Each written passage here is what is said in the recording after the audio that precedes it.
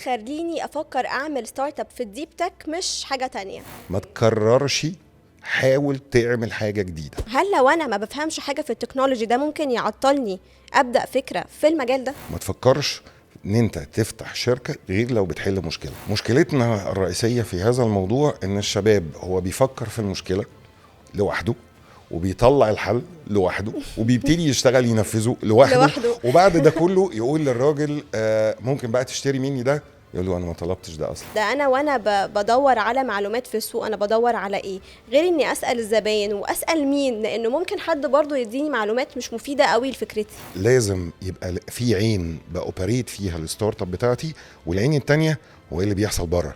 هو في فكره جديده، وبالذات لو بنتكلم يعني عن الديب تك اكتر، حجم التطور فعلا اللي بيحصل في الثانية بشع. راس المال دايما عارف هو عايز ايه لانه شايف السوق كويس، والمخ الحلو دايما بيطلع افكار حلوه بس مش بالضروره تخدم السوق.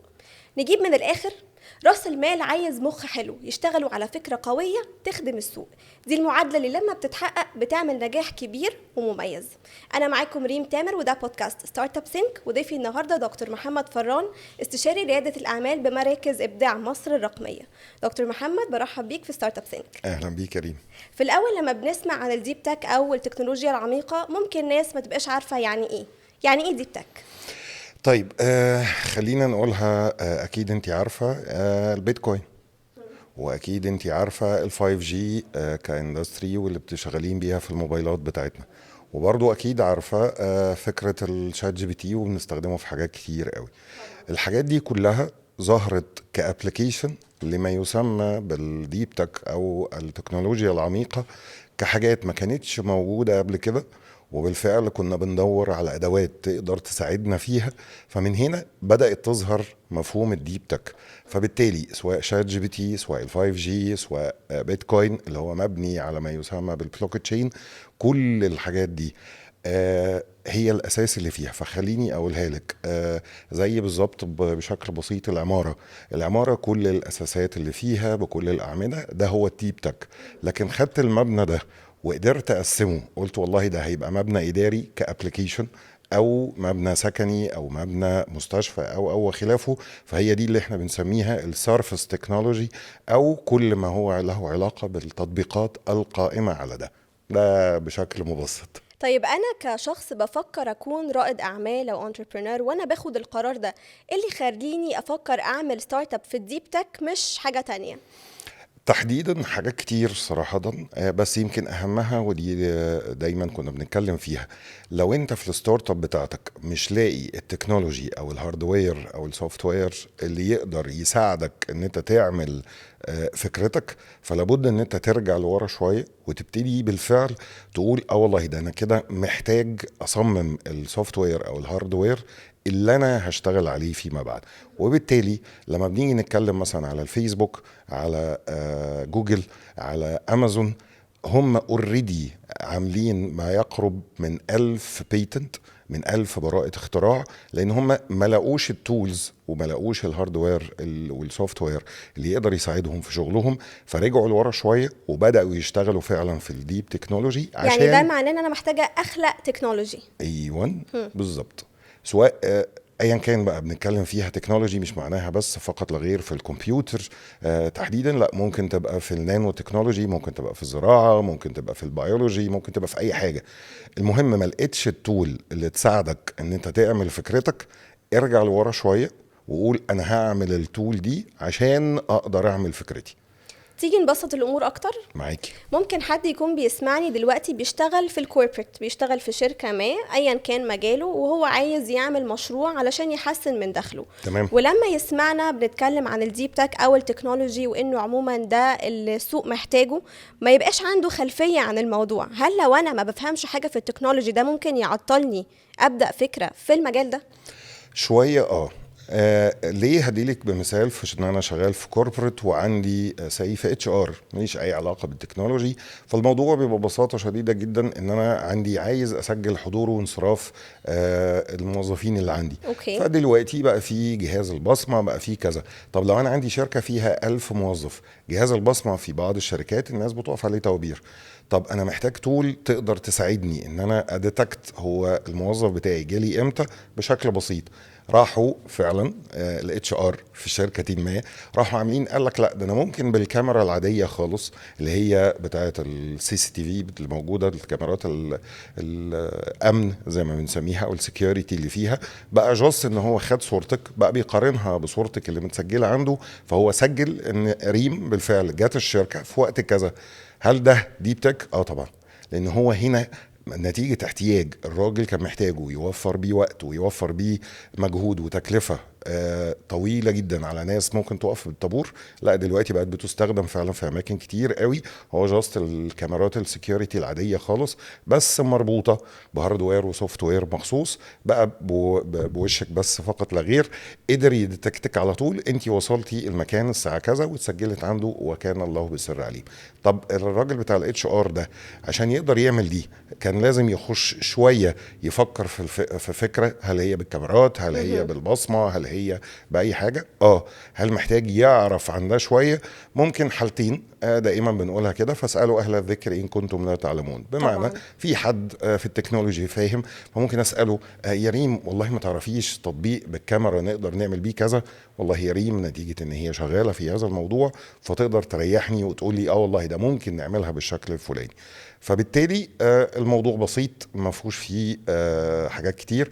بس عشان اخش فعلا في الديب تك لازم يبقى عندي التكنولوجي بتاعته. فلو هشتغل فيها طبي لازم يبقى عندي النو هاو بتاعت علوم واحياء وكيمياء وخلافه. أكيد. لو هشتغل في فيزيكس ذرات وخلافه محتاج اخش فيها. بس انا محتاجه اتعلم ايه؟ يعني مهم يكون عندي فكره عن الموضوع اللي انا داخل فيه، فاتعلم ايه واتعلمه فين وازاي؟ طيب بناء على الفكرة اللي انت فكرتي فيها وعايزة تدوري لها على التولز دي بالفعل لازم تبتدي تشوفي خلينا نقول ايه الاساس بتاعها. يعني هل الناس كلنا بنسمع عن الذكاء الصناعي ومحدش يعرف تماما ان الذكاء الصناعي هو مبني على الرياضة البحتة خلينا نقولها كمان الاستاتستكس او مادة الاحصاء اللي كلنا ما شاء الله كنا بنخش نبصمجها زي ما بيقولوا في ثانوية عامة. فكان الموضوع فيها تخيلي ان مادة الاحصاء اللي احنا 3/4 بيخشها كده بس في ثانوية عامة وبتؤخذ في بعض الكليات بشكل بسيط، وان كان هي الاساس الرئيسي لحاجه زي الاي اي والديب ليرنينج وخلافه. فبالتالي اول ما اقول والله لا ده انا محتاج حاجه بالذكاء الصناعي، بقى في تولز كتيره او خلينا نقول مصادر كتيره للمعلومات. احنا بننق عليكم، احنا الجنريشن ما قبل جنريشن زد. ليه؟ لان التولز دي ما كانتش موجوده بالفعل قبل كده زي فعلاً. المواقع الموجوده على الانترنت زي بقى في وفره في المصادر العلميه. بالظبط. فاصبح بالنسبه لي لازم بشكل ما ابص على ايه اللي انا المشكله اللي عندي واقدر احلها ازاي. ده كده بشكل عام خالص وبسيط. وده احسن بزنس انا ممكن اعمله، اللي يكون بيحل مشكله.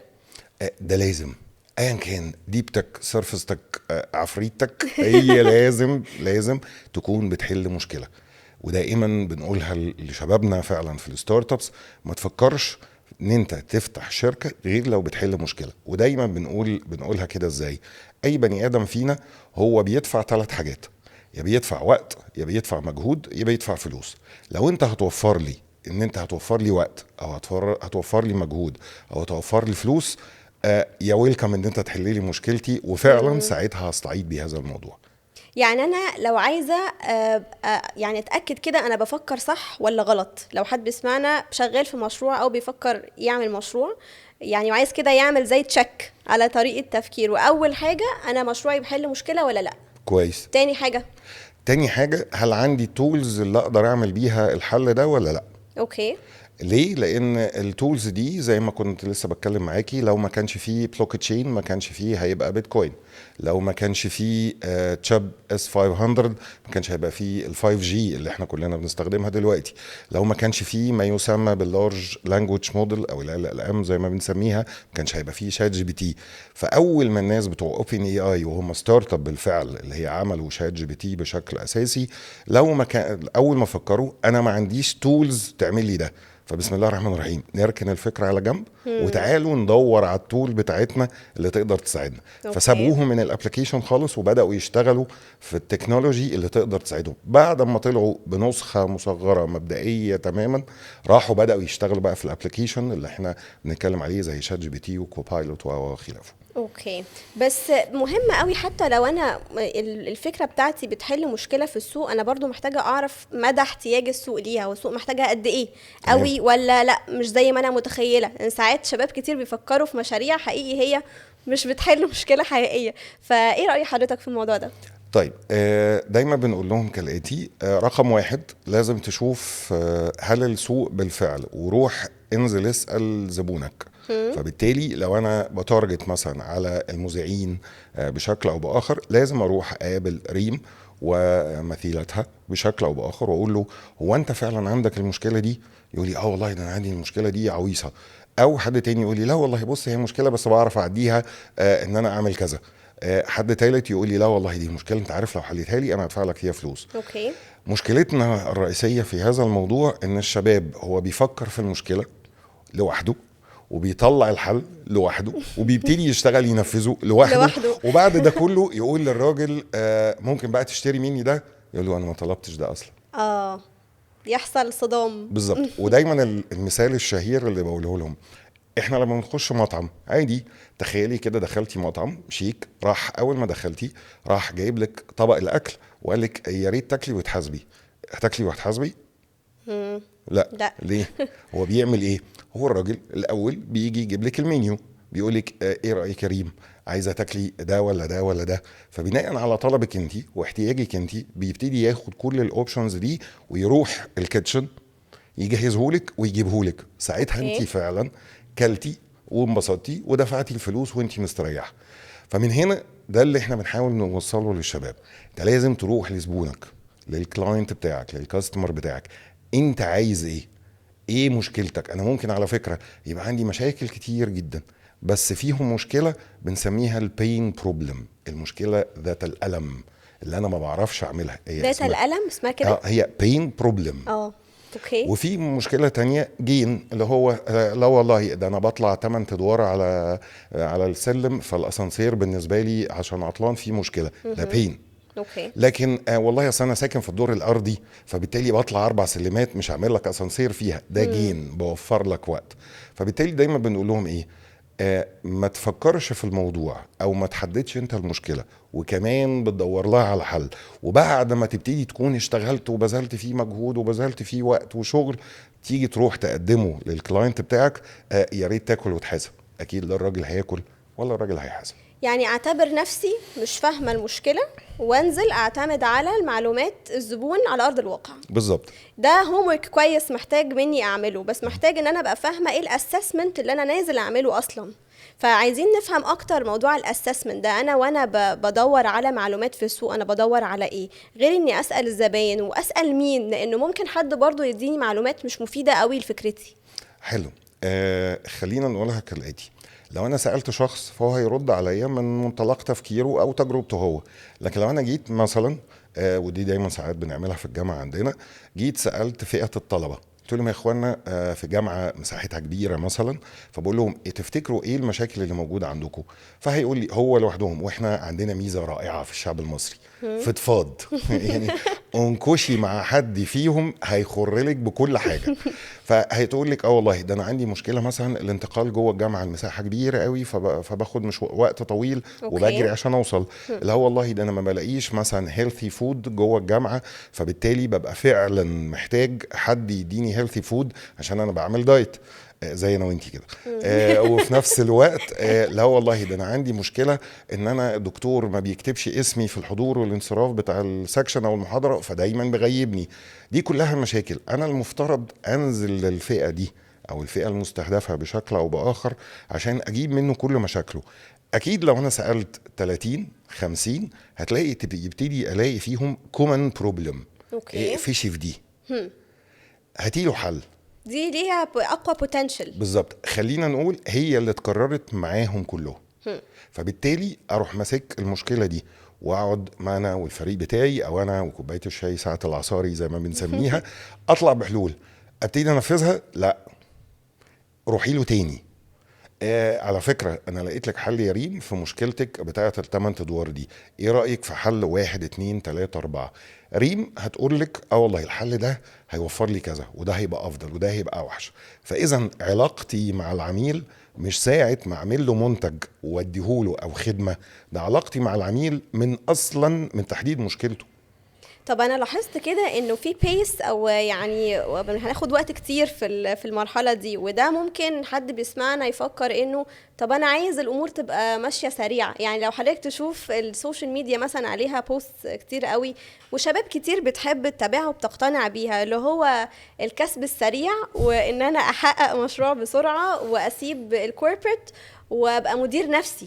فايه رايك في الموضوع ده؟ هل فعلا احنا ممكن نعمل حاجه بسرعه وما تاخدش وقتها؟ طبعا بس هي وتنجح. الفكره ليه؟ لان أوكي. بقى معانا التولز اللي تقدر تساعدنا بده، وهو ده سبب التيم. لكن لو بنبدا من الاول لا خليني اقولها لك مثلا، حتى التولز في حته الماركت ريسيرش دي بقت في تولز كتيره جدا متاحه وبشكل فري تماما ان هي تقدر تسكراب زي ما بنسميها او تسكان كل صفحات السوشيال ميديا بتعمل مسح الخاصه بالظبط لصفحات للبوستات، وهي تطلع لك النتيجه على طول. تقول لك بصي غالبيه الطلبه في الجامعه مثلا زي زويل عندهم مشكله في كذا، لانها بتسكان الواتساب جروب، بتسكان الفيسبوك جروبس، بتسكان الكوميتيز بتاعتنا كستاك وخلافه، وتقدر تطلع لك بغالبيه المشاكل دي عامله ازاي. بس وتاكيدا عليها بعد ما اطلع بالنتائج المبدئيه دي لازم اروح اساله انت متخيله ماركت ريسيرش لحاجه عميقه جدا زي اللارج لانجويج موديل اللي بتوع اوبن اي اي افتتحوها من حوالي 5-6 سنين، خدت ماركت ريسيرش قد ايه؟ في اكتر من 18 جامعه. قد ايه؟ 3 اسابيع. 3 اسابيع؟ ده فيس تو فيس. اوكي. ان انا نزلت قابلت الناس، عملت اونلاين فورم على جوجل بلاتفورم او اي حاجه، بعتها للجروبات يا اخوانا قولوا لنا رايكم في المشاكل دي. اقل من اسبوع كنت لامم 12,000 ريسبونس. 12,000 في اقل من اسبوع؟ في اقل من اسبوع. فاصبح الموضوع فعلا بس كلها ريال. كلها حقيقيه. بالظبط. فاصبح الموضوع بالنسبه لنا دلوقتي الموضوع سهل، وعشان كده برجع واكرر احنا بقى جن زيرو ما قبل جن زد اللي بنتكلم عليها دائما او جنريشن زد. احنا بننق على الناس دي. زمان زي ما انت بتقوليها كنا لا لازم اعمل سكان وانزل اقابل الناس بشكل شخصي، مجهود وقت طويل قوي. بالظبط، ده فيها شهور، متفق معاكي. لكن في مقابل دلوقتي جوجل فورم بتتعمل في 5 دقايق، هبعتها لكل الجروبس بتاعه الكاستمر سيجمنتس بتوعي، يا اخوانا قولوا لنا رايكم. زي ما قلت لك الشعب المصري عظيم في فضفضته، بيقول كل اللي عنده. بس هل شايف ان مع وفرة المصادر العلمية دي والسهولة ان انا اخد اراء الزباين واعمل الريسيرش بتاعي في السوق وكل حاجة، هل شايف ان الوفرة دي بتستغل كويس؟ يعني هل احنا بنستفيد منها ولا بقى خلقت استسهال؟ هي خلقت تشتيت. مش استسهال. تشتيت ليه؟ لي اكتر. تشتيت ليه؟ لان انا بقى عندي مالتيبل سورسز، مصادر متعدده لنفس الحاجه. الفروق ما بينهم خلينا نقول بسيطه، بس بتفرق في ايه؟ في الحد يعني خلينا نقول متخصص، لا ده انا عايز ارفع ملف، لا ده انا عايز ارفع صوره، لا ده انا عايز ارفع فيديو. خش اختار اللي تعجبك واشتغل فيها، ولما تواجهك مشكله ابقى فكر. لكن احنا دلوقتي فعلا بنشوفها مع الشباب، لا والله يا دكتور ده احنا عندنا ادوات كتير قوي بتعمل الموضوع ده، فانا محتار. هو ايه المشكله؟ خد واحده فيهم وجربها، فشلت خش على اللي بعدها. الموضوع الشباب ساعات بحس ان هم نتيجه فعلا التشتت ده او التشتيت زي ما بنسميها، بيبقى محتار ويفضل واقف على البر كده، انا مش عارف انزل هنا ولا هنا ولا هنا. خد واحده فيهم وكمل، لما تبان لك مشكله مش عارف تدي لك فعلا امكانياتك يبقى جرب غيرها.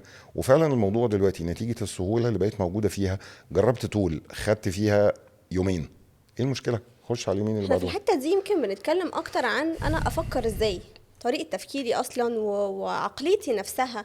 اتعامل ازاي مع الاوقات اللي فيها ظروف، او لما افشل في خطوة، او لما اجرب حاجة وما تظبطش. يعني الموضوع ده انا شايفة انه احنا محتاجين نتكلم عنه اكتر. وهل حضرتك بقى على ارض الواقع شايف الشباب طريقة تفكيرها، يعني مين اللي بينجح ومين اللي ما بينجحش في الاوقات اللي فيها ظروف وتحديات كبيرة؟ مين اللي مخه بيلقط الفرصة؟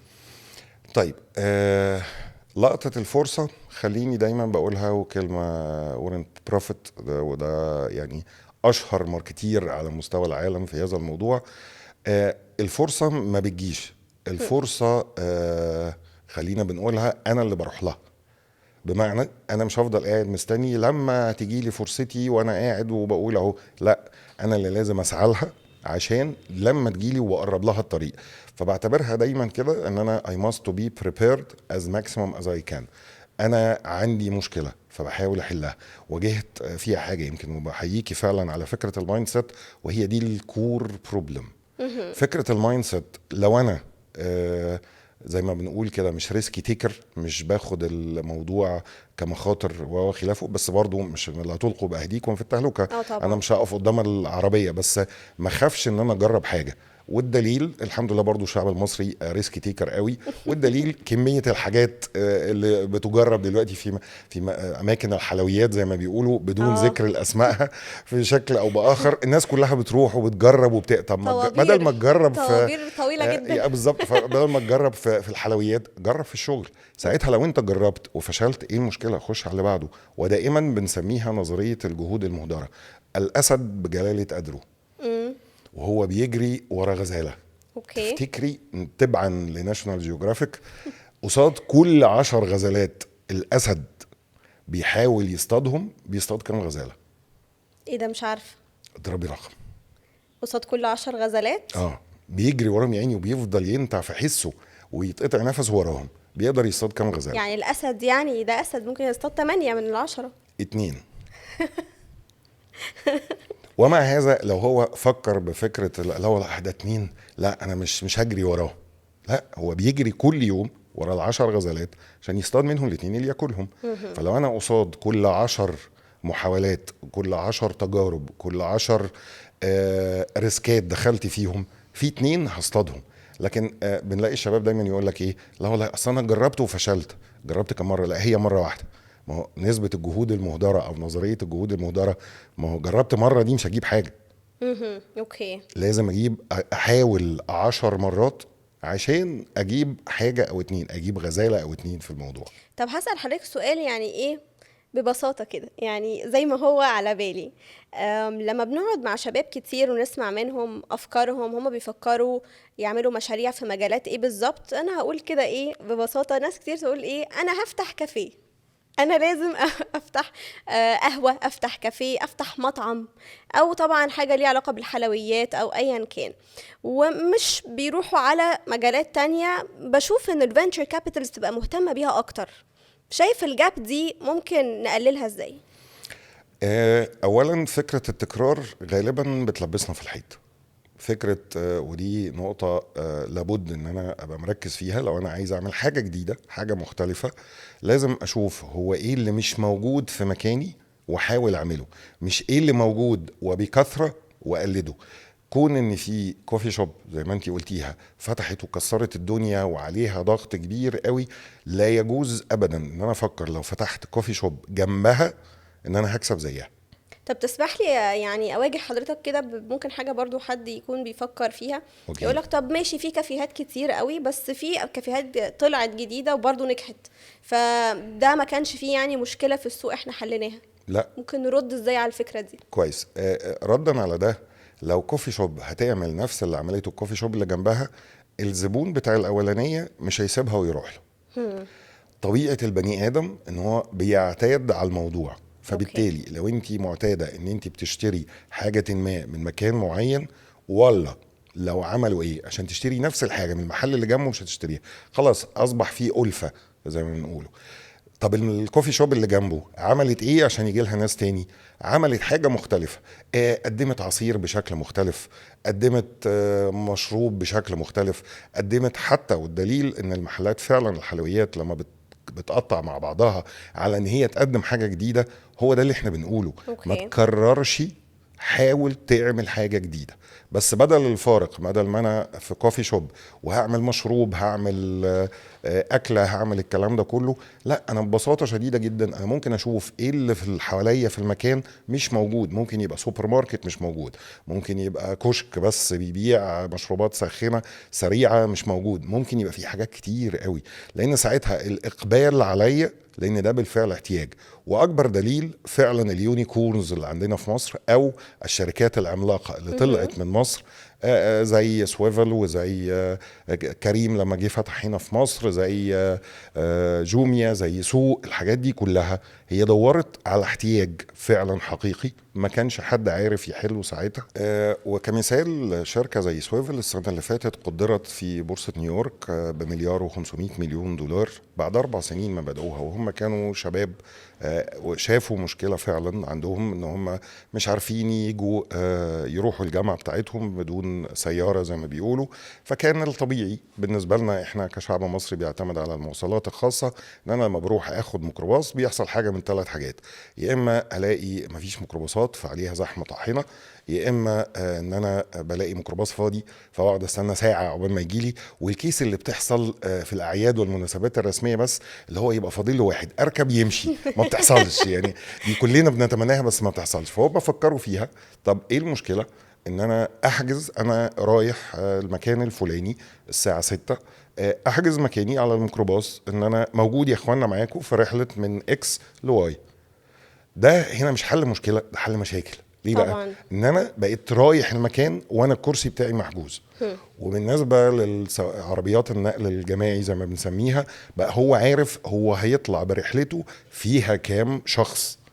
فأصبح الموضوع كله هو حل مشاكل. فلهذا لما هو فكر فكرة بسيطة جدا بس عشان خاطر ان هي عرفت تحل مشاكل كتير موجودة، قيمتها السوقية في 4 سنين فقط مليار و500 مليون دولار. رقم كبير جدا. بس ممكن حد يقول هو في فكرة جديدة. اصل الواحد برضو لما بيجي يشوف الافكار المعمولة في المشاريع المختلفة سواء في مصر او بره مصر، بيحس انه طب ده الناس كلها اشتغلت على كل حاجة، هو في ايه فاضل انا ما اشتغلتش عليه؟ فايه رأيك في الفكرة دي؟ هو في فكرة جديدة، وبالذات لو بنتكلم يعني عن الديب تك اكتر. كويس. خلينا نقول ان انا عندي في ما يزيد عن 8 مليار بني ادم. 8 مليار بني ادم بنقدرها ب 8 مليار مشكلة. اوكي. حلينا كام واحدة فيهم؟ 100,000، مليون، مليار. في لسه 7 مليار تانيين عايزين يتحلوا. الفكرة هنا، وده فكرة، مش عايز اقول كلام بس كبير، انوفيشن وابتكار وخلافه. تعريف كلمة ابتكار اصلا: هات حاجة معمولة بس حسنها بنسبة لا تقل عن 20%. فانا يعني مش ان انا اعمل حاجة ما اتعملتش خالص. نهائي. اوكي. فبالتالي فكرة زي اوبر، لما كريم حب يطور فيها زود عليها فوق 20% بقى كريم. لما ديدي او ان درايف حب يطور فيها خد نفس فكرة التوصيل بس زود عليها بما لا يقل عن 20% من قيمتها بالنسبة للعميل، بقت فكرة جديدة. ليه انا بدور على فكرة جديدة ما اتعملتش اصلا؟ اوكي. طب خلينا نسمع بقى ستوريز حققت نجاح او ناس حققوا نجاح، ستارت ابس تكون بتشتغل في الديب تك. تعرفي تعدي لغاية كام؟ ايه ده؟ هو كتير قوي. هو مش وده كتير في قوي مصر ولا طبعا. بره مصر؟ بره مصر وجوه مصر. اوكي. بالفعل. بس يمكن خلينا نقول لو في مليون ستارت اب بتطلع في السنة في العالم، في منهم 1000 ديب تك. 1000 ديب تك من مليون؟ بالظبط. طب ده قليل قوي. بس خلي بالك، لما انا بتكلم على مليون ستارت اب بتعتمد على 1000، اوكي، بتعتمد على الوضع الألف. اختلف. فبالتالي زي ما انا قلتها لك فيما سبق في مثالنا على الديب تك، انا ممكن اطلع بمبنى هيكل زي ما بيقولوا، اللي هو خرسانه واساسات وخلافه، بس النهارده هعمله مستشفى، بكره ههد الحيطان، واعملها مبنى اداري، بعده هعملها شقه سكنيه، أوكي. بعده هكذا. فهي المبنى اتبنى واحد، بس التطبيق بتاعه الى امد الدهر. كده هتخليني انا اللي عايزه اعمل مشروع في يلا الديب تك. بكره الصبح. بس هبقى محتاجه ايه؟ هتبقي محتاجه حاجتين. اولا تبقي عارفه المشكله اللي انت داخله تحليها، وايه الادوات اللي مش موجوده عندك، فبالتالي تبتدي تتعلميها، تبتدي تسالوا اهل الذكر، طب تشوفي مين نقيس فيهم على اللي مصر، شاطر. يعني احنا هنا في مصر مثلا، احنا في الديب تك عندنا شركات كتير في الموضوع ده ولا قليلين قوي؟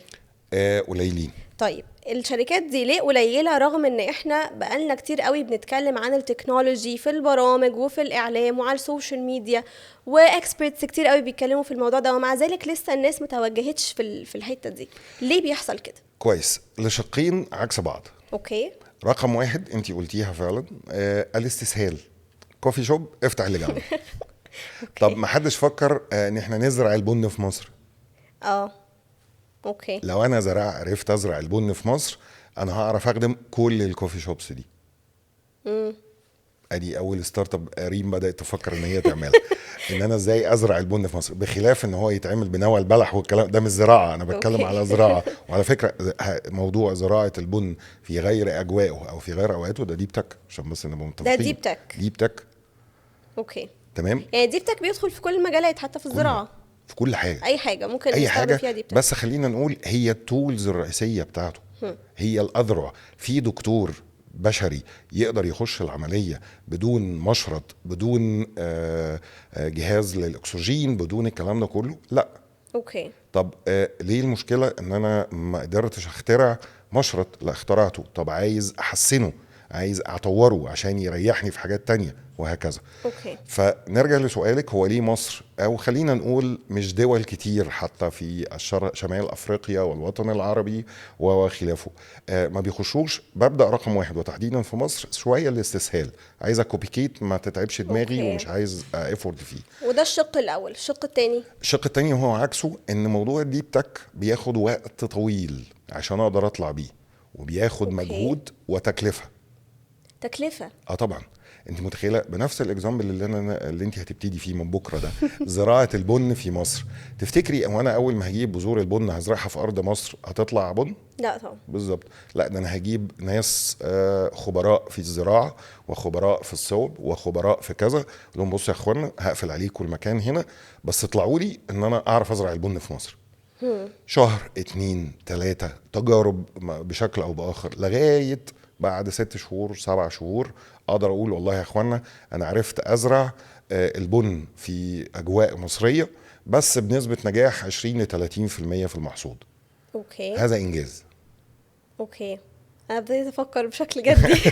كويس. ادي اول زبون اشترى الديب تك. بس ده معناه ان انا محتاجه لازم يكون في منتور، اكيد. يعني بالذات لو هشتغل في ديب تك. يعني طبعا اي مشروع هعمله هبقى محتاجه منتور، بس بالذات في الديب تك انا هنا عندي يعني اي فكره هفكر فيها هتبقى فيها فروع كتير قوي انا محتاجه افكر فيها. اكيد. فازاي يبقى عندي منتور وهبقى محتاجه اتعاون معاه ازاي؟ ايه شكل التعاون ده؟ طيب من هنا بدأت تخش ان كإضافة وكفينشر ستوديو، لان اضافه هي مش فينشر كابيتال، هي فينشر ستوديو اللي هي بتقدر تديلك انت تعالي بالفكره واثبتيها، بس ان هي في فعلا احتياج ليها بشكل او باخر. طب الاول حضرتك قلت هي فينشر ستوديو مش فينشر كابيتال. ايوه. طب هو ايه الفرق؟ ماشي. فينشر كابيتال هو شخص بيجي بتعجبه فكرتك، وان انت بتبقي فعلا محققه تراكشن على السوق، فبيجي يقول لك بس انا محتاجه فند، محتاجه سام سورت اوف نتورك. فبيجي يقول لك ايه، طب والله يا ريم انا فكرتك عجباني وهخش استثمر فيها، بس هقابلك كل 3 شهور تقولي لي الخطه اللي انت هتشتغلي عليها، وكل 3 شهور هيا ريم عملتي اللي مطلوب منك، هيا ريم عملتي اللي مطلوب منك، وبش سام سورت اوف سبورت او منتور. الفينشر ستوديو لا. فينشر ستوديو ريم انت محتاجه ايه؟ تقولي لي والله ده انا محتاجه حد بيفهم في زراعه، وحد بيفهم في التربه، وحد بيفهم في كذا. ثانيه واحده، رجاله ريم عايزاكم. فانا بقدر ابني لك كل التيم اللي انت محتاجاه. يعني انا بقول محتاجه ايه والفينشر ستوديو بيوفره لي بالظبط. في مقابل ايه بقى؟ في مقابل ايه او الشبكه ازاي؟ بتقطع بقى يا ريم. طيب في مقابل ايه؟ في مقابل ان هو بيخش معاكي ككو فاوندر. أوكي. طب ما الفينشر ستوديو والفينشر كابيتال بيخشوا معايا كو فاوندر. بالظبط. بس الفينشر كابيتال نتيجه ان هو بيخش معاكي جاست بوان توبيك اللي هو الماني، بماكسيمم بسبورت، بماكسيمم بشويه بارتنرشيب او نتوركينج بيقدر يعمله لك، فبياخد برسنت صغيره من 10 ل 20%. بتبقى شراكة. شراكه.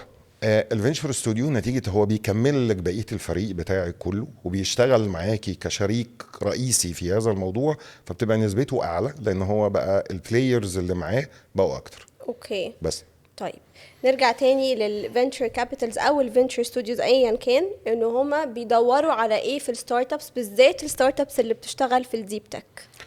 جاست مشكله ولقى لها حل، واثبت ان المشكله اكزيست في السوق وان الحل فاليد. بس انا ممكن، انا كشخص ممكن انا طريقه تفكيري او طريقه شغلي على الستارت اب ما تنجحهاش حتى لو انا فكرتي حلوه وبتحل مشكله في السوق. طيب خلينا نقول ان في شويه مراحل كتير كده. انا مش محتاج من الستارت اب دي غير هم حاجتين: ياكد لي ان المشكله حقيقيه، وده احنا اتفقنا عليه في الاول، ان انا هروح اسال الكاستمر بتاعي وايه مشاكلك وهنقدر نحلها وايه اللي انا اقدر اساعدك فيه وخلافه، وان انا اطلع بفكره لما اروح للكاستمر يقول لي اه والله ان هي فاليد وان هي بالعكس هتريحني في كذا وخلافه. بس هل بسؤال كده؟ لا، لازم على الاقل زي ما نسميها از تي ار ال او تكنولوجي ريدنس ليفل. عديت ان انا والله فاتيه البن اللي احنا خلاص هنشتغل فيه انا وانتي كستارت اب. جبت البن وجبت شويه التربه وجبت صوبه صغننه كده على المستوى المعملي زي ما بيقولوا، وحطيتها وزرعت. اوكي. زرعت، اروح واخدها للفينشر ستوديو اقول له بص يا ريس انا فاتيه في موضوع زراعه البن وزرعت معايا بذره صغيره، بس مش هعرف اشتغل على السكيل الكبير. أوكي. هات لي بقى بقيه الفريق عشان نشتغل على السكيل الكبير. حضرتك كده هتخليني اسالك، هو الستارت ابس اللي بتتعاون مع فينتشر ستوديوز او فينتشر كابيتالز قد ايه منهم بيفشل؟ انا سالت على اللي بينجح بس انا عايزه اعرف قد ايه منهم بيفشل، وبيفشل ليه؟ يعني اكيد في اسباب كتير. تمام. خلينا نقول ان من اصل 30 ستارت اب بتطلع از ستاندرد، دايما بنسميها واحده بتبقى يونيكورن يعني ميجا ستارت اب، عملاقه. واثنين على ما تفرج بوتنشال كويسين، و27 الله يرحمه. اوكي. طب ال 27 الله يرحمهم دول بيفشلوا ليه؟ جرى العرف زي ما بيقولوا كدراسه في الموضوع، يا اما بالفعل ان هو ما قدرش يدير الستارت اب بتاعته ماليا، وده رقم واحد لاسباب فشلهم، بنسميها كاش ران اوت. يعني ايه؟ فلست. بنزين العربيه اللي كنت حاططها انا طالع اسوان، فيش ولا محط بنزين قدامي، بس كنت طالع مفول التانك، اخر التانك هيوصلني المنيا اسيوط، وقفت ما وصلتش اسوان. اوكي. ليه؟ لان انا ما كنتش عامل حسابي، عمال اصرف اصرف اصرف اصرف، هوب البنزين خلص. ده الميجر ريزون. الريزون اللي بعده ودي مشكله لازم نبقى عاملينها او واخدين بالنا منها كويس قوي: التكنولوجي تشينج. بمعنى انا طلعت من 4-5 سنين بفكر بفكره زي اكس، التكنولوجي هوب طلعت الشات جي بي تي بقى بياخد مني شويه حاجات، هوب بعدها طلع كوبايلوت، جيميناي، ديبسيك. التشينج اللي بيحصل في التكنولوجي ممكن يخليني انا اتقادم وانا ما كملتش سنه في السوق. اوكي. سنه. فبالتالي لازم يبقى في عين باوبريت فيها الستارت اب بتاعتي، والعين التانية هو ايه اللي بيحصل بره. ابقى متابع. ده لازم. التشينج اللي بيحصل في التكنولوجي فعلا دلوقتي احنا بنسميه سرعه عمر الفرخه. سرعه عمر الفرخه؟ ايوه. لا قول لي اكتر. ايه سرعه عمر الفرخه دي؟ الفرخه طبيعيه عمرها من 35 ل 40 يوم. اقسمي عمر البني ادمين 60-70 سنه، اقسمي 60-70 سنه على 35 ل 40 يوم. فثانيه الفرخه، الثانيه بتاعه الفرخه ب6 شهور. الثانيه. فلما تيجي تحسبيها الستارت اب بتاعتي نتيجه التغيرات الشديده بتاعتها اليوم بيفرق سنه. لو انا ما خدتش بالي ان في تكنولوجي ظهرت، ان في ستارت اب بتتكلم فيها ان في سام سورت اوف ديب تكنولوجي بدات تتغير في يوم، يعني اللي هو انا شفت حاجات النهارده انا متاكد ان بكره الصبح في حاجات تانية خالص بتتغير عنها. لو انا ما خدتش بالي من ده انا الستارت اب بتاعتي بيزد على تكنولوجي اكس ما بقتش موجوده اصلا. يعني الستارت ابس اللي بتشتغل في التكنولوجي وفي الديب تك دول عندهم حاجة غير اي ستارت اب تانية، ان هم زي بيسابقوا الزمن. احنا ده لازم. محتاجين سرعة في الاداء قوية جدا. بالظبط. طب وده تاني سبب فعلا للاسف بيخلي الشركات بيفشل دي شركات كتير. بالظبط. بس انا عايزة اعرف، طب الشركات اللي بتنجح في الديب تك ازاي بتقدر تحقق السرعة دي في النمو؟ طيب سرعه النمو بالنسبه له مش في سرعه ان انا اطلع ببرودكت، سرعه ان انا احل بيه مشاكل.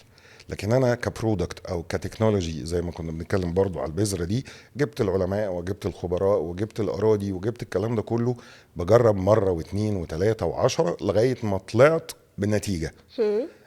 اول ما طلعت بالنتيجه دي I must to run on the marathon عشان الاقي ابلكيشنز بقى. والله هو البن ده انفع استخدمه في ايه؟ والله انا ممكن ابيعه لشركات الكوفي شوبس او الكوفي شوبس، ممكن ابيعه لشركات البن اللي بتستورد، ممكن ابيعه للمستوردين. فهنا السرعه العاليه مش في ان انا بطلع بالتكنولوجي، لا، السرعه العاليه ما بعد ان انا وصلت لها فابتدي الاقي لها ابلكيشنز، اوكي. او الاقي لها ديماند، مش الاقي لها ابلكيشن، الاقي الاحتياج بتاعها فين واروح اديه للكاستمر بتاعه فعلا. طب هل لو انا فشلت كذا مرة، يعني اكتر من مرة، يعني عملت فكرة وفشلت، عملت فكرة تانية وفشلت، فكرة تالتة مثلا وفشلت، هل ده ممكن يعطلني انه انا انجح المرة الرابعة وفنتشر ستوديو او فنتشر كابيتال تؤمن بيا وتساعدني؟ طيب عارفه اديسون جرب اللمبه اللي احنا بنستخدمها في البيوت او اللمبه الاساسيه، جرب كام مره لغايه ما وصل لللمبه اللي هي نورت الكره الارضيه كتير كلها؟ جدا. 99 مره. نفس الحكايه لما باجي اتكلم على امازون وجيف بيزوس لما طلع بيها، هل هو نفسه قالها في اكتر من مره؟ بعد ما وصلوا في 24 هو الراجل طلع وقال انا جربت بامازون بتريليون دولار حجم سوقي. قال انا السنه اللي فاتت دي بس جربت 100 مشروع نجح منه 2.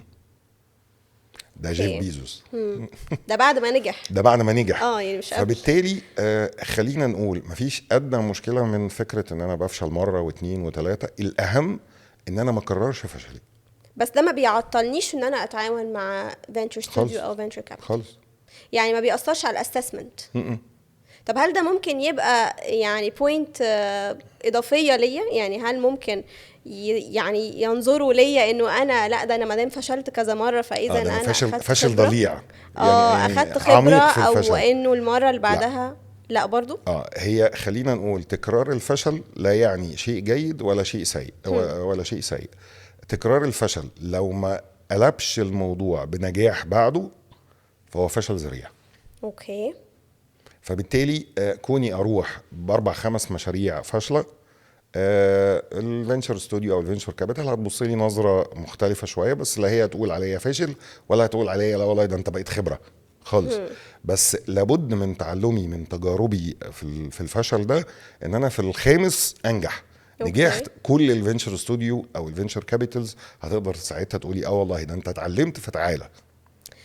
من كلام حضرتك مع الشباب، يعني كل يوم طبعا بتبقى بتسمع افكار شكلك متضايق يعني من كلامك معاهم وبتسمع افكارهم طول الوقت، لو شايف انه ليهم اي تفكير مش صح وحابب تشاور لهم بقى على الاتجاه الصح، هيبقى ايه؟ رقم 1 الجراءة في التجربة. الجراءة في التجربة بالظبط. ريسك تيكر. مكان انا بقولها لهم كده دايما، انت رحت بحر ما نزلتوش قبل كده، هفضل واقف على الشط مش عايز انزل المية عشان انبسط، ولا انزل اجرب بس انزل بخطوات حثيثة زي ما بنسميها؟ يعني ايه؟ ما تختص عشان ممكن تروح لابس في الصخر تحت، لا انزل بس اتحرك بالراحة شوية عشان تقدر توصل ان انت والله ليا طول واقف، الدنيا مستقرة، عارف استمتع بالمية اللي حواليا. فرقم 1 لازم تبقى ريسكي تيكر. رقم 2 لازم تبقى passion to learn بعنف. حجم التطور فعلا اللي بيحصل في الثانية بشع، واستفيد بقى من المصادر المتنوعة دي وكمان ده بتبقى مش مكلفة خالص. زيرو كوست. ده في كورسز يعني في التكنولوجي فعلا ببلاش. هي ببلاش فعلا. ويمكن فعلا دعم وزارة الاتصالات بشكل كبير قوي، وزارة التعليم العالي، على فكرة الكورسات اللي ببلاش واونلاين واوفلاين واللي انت عايزه كله خد، ما حدش هيقول لك لا. فرقم 2 فعلا passion to learn. فكره اصل انا بروح اخد كلمتين في الكليه او اخد كلمتين في كورس اوفلاين واقفل الموضوع على كده صفر. لكن فكره ان انا اخده واطوره واطبقه واتعلم عليه اكتر عشان اعمله، هو ده اللي ممكن يوصلك لحاجه. ودي حاجة مش بتقف حتى لو أنا خلاص نفذت فكرة مشروعي ونجحت، لأنه بالذات المهتمين بالديب تك أو بالتك عموما، تك اندستري عموما، زي ما قلنا إن هم في تطور مستمر أكيد. أسرع من أي مجال تاني. اكيد. فالباشن تو ليرن ده مكمل معانا يعني. ده فور انفينيتي. أوكي. والدليل ابل، ستيف جوبز الراجل اخترع حاجه جديده من التسعينات، وحتى هذه اللحظه ابل ليها ما لا يقل عن 1800 بيتنت، براءه اختراع، حاجات جديده نوفي شغاله فيها وبتدفع فيها ملايين كل سنه، بس بتجيب لها ايه بقى؟ مليارات. أوكي، مليارات. احنا لازم نبدأ فورا.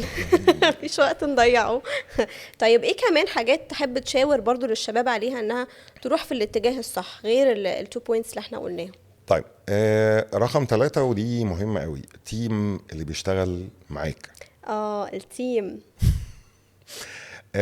ليه؟ لان باختياري للتيم وان انا بقدر اكومينيكيت مع التيم بتاعي كويس، هو ده فعلا بيبقى اهم واوضح سبب ان الستارت اب كلها تنجح. لا ثانيه واحده، يعني هي مش الفكره، يعني هي مش ان هي ديب تك ولا سيرفس تك ولا لا، ولا هي مش حجم السوق، لا.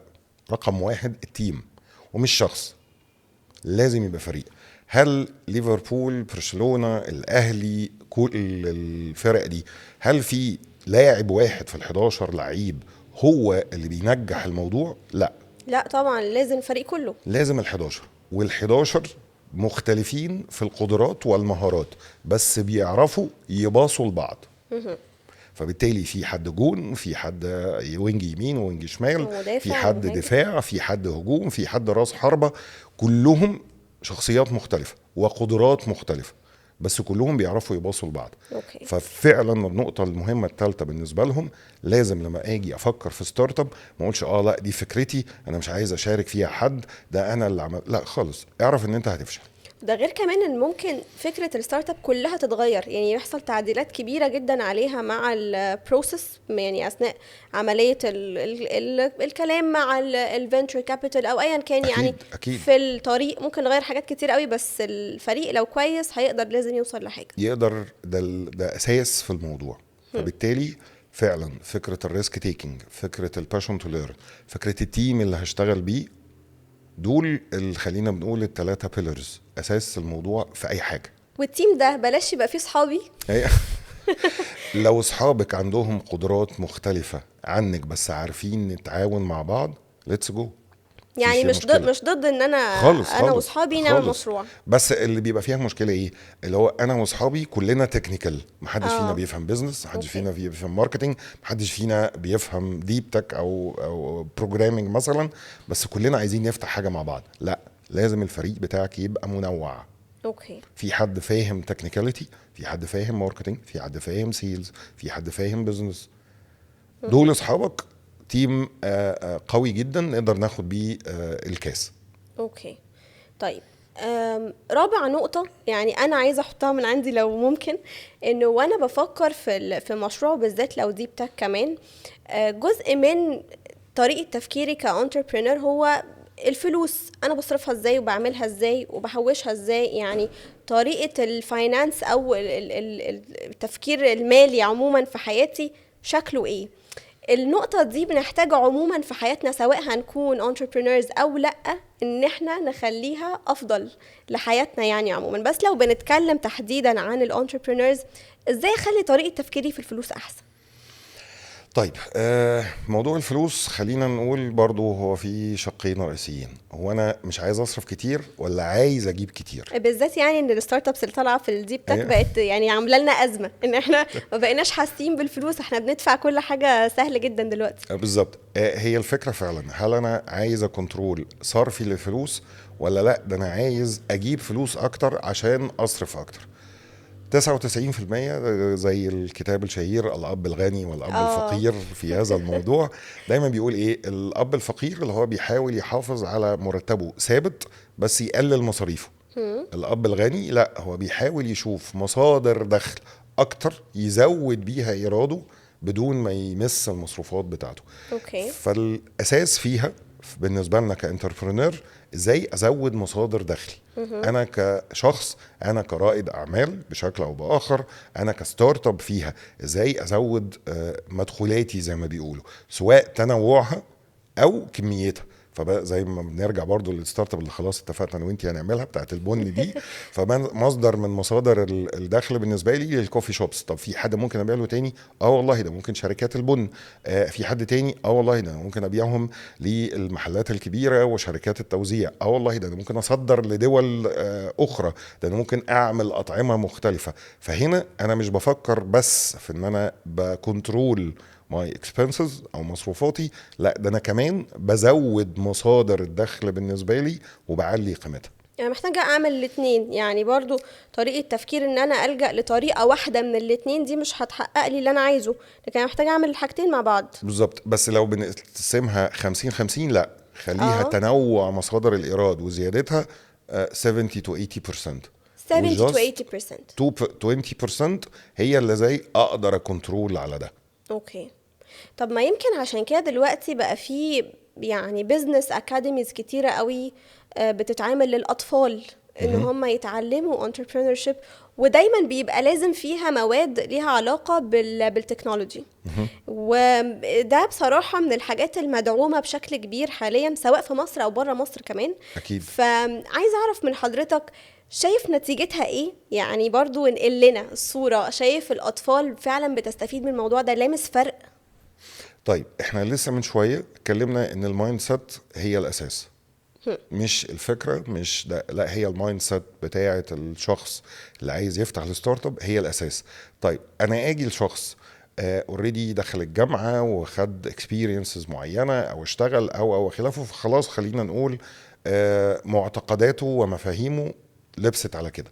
اوكي. ولا ابتدي ادرب الاطفال من سن 12 سنه واصغر كمان من 10 سنين، اعلمه بعض المايند سيت زي الفاينانشال كنترول بس بسكيل بتاعه. اوكي. اعلمه التكنولوجي وان هو لازم يبتدي يبرمج بس ويز نو كود. ابتدي اخليه يشتغل بايده شويه في بعض الروبوتكس، في بعض الالكترونكس، في وخلافه از مايند سيت. هنا انا مش عايزه وهو عنده 7-8 سنين يطلع رائد اعمال. اوكي. انا هنا بشتغل معاه لمدة 5-6 سنين لقدام، عشان لما يبقى وصل للمرحلة دي تبقى المايند سيت بتاعته اوريدي ريدي. طب انا علشان اقنع حد انه يعني طريقة تفكيره تبقى رايحة ناحية التك فيلد، مجالات التكنولوجيا عموما، لما هيكون انتربرينور، ما انا محتاجة برضو اقول له هو هيكسب قد ايه، شكل حياته هتبقى عاملة ازاي، وايه التغيير اللي ممكن يحصل له لو راح في الاتجاه ده بالذات، وده ممكن ناس كتير ما تبقاش متخيلاه. تمام. طيب احنا اتفقنا من شوية ان انا لو في مليون ستارت اب بتطلع في السنة ان جنرال، في 1000 بس ديب تك، بس أوكي. المليون اللي 1000 بيعتمدوا على الألف. على ال1000 دول. فبالتالي كل الريفينيوز اللي المليون بيجيبوها بيجوا لي انا برضو وانا قاعد، عشان اقدر هاخد منهم مكسبي. الاهم كان كالاتي: 25 في اخر دراسة طالعة بيقولوا يا اخوانا احنا هنشتغل او هنستثمر في خلال 25 ما يقرب من $1 تريليون في الشركات الناشئة. أوكي. من ضمنهم 200 مليار دولار دي بتك بس استثمار مباشر، و300 غيرهم استثمار غير مباشر لتطوير الأداء التاني. بمعنى إيه؟ إن أنا بتكلم 1000 مليار دولار هيتصرفوا في 25، من ضمنهم 500 مليار دولار الناس جاهزة وحاطة الفلوس على جنبها. أي شركة هتشتغل في الديب تك وتثبت مشكلة حقيقية وإن اللي لها حل ناجح حتى على المستوى الصغير، نقدر ساعتها أبقى باخد من 500 مليار دولار دول. تفتكري أروح ولا ما أروحش؟ أروح دلوقتي حالا. تمام. دكتور محمد، يعني في آخر الانترفيو ده عايزة أسمع منك تحب تقول ايه للشباب اللي بتفرج علينا، وبالذات انه يعني مش عايزه كمان احددها في شباب، لانه ممكن قوي حد يبدا في اي سن يعني. عموما الناس اللي بتاخد قرار انها تكون entrepreneurs. تحب تقول لهم ايه علشان نشاور لهم على الطريق الصح وما يروحوش في اي طريق تاني ممكن يبقى بيضيع من وقتهم ومن مجهودهم وفلوسهم كمان؟ learn then learn then learn. اتعلم ثم اتعلم ثم اتعلم.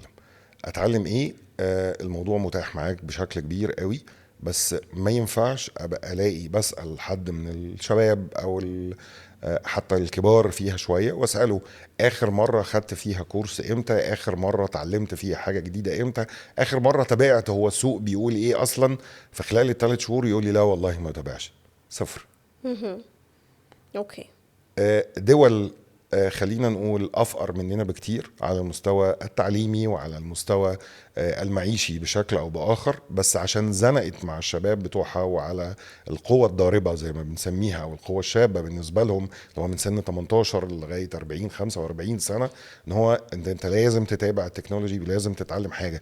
وبرضو برجع أكد التكنولوجي لا تعني سوفت وير وهاردوير، تكنولوجي في الأحياء، في الكيمياء، في الطب، في الزراعة، في كل هذه المجالات اتعلم بس فيها حاجة جديدة. حتى لو كورسز انترو تو تكنولوجي، حتى لو ما فيش من فيها الليفل مشكلة ده. بس لازم تتابع، لان الفارق دلوقتي ما بيننا وما بين اللي بره. احنا زمان من حوالي 10 سنين كنا بنقول في فرق ما بيننا وما بين الاخرين 50 سنة. أوكي. دلوقتي بقى 200 سنة. ناس بتتكلم في حاجات واحنا لسه بنتكلم في حاجات تانية خالص.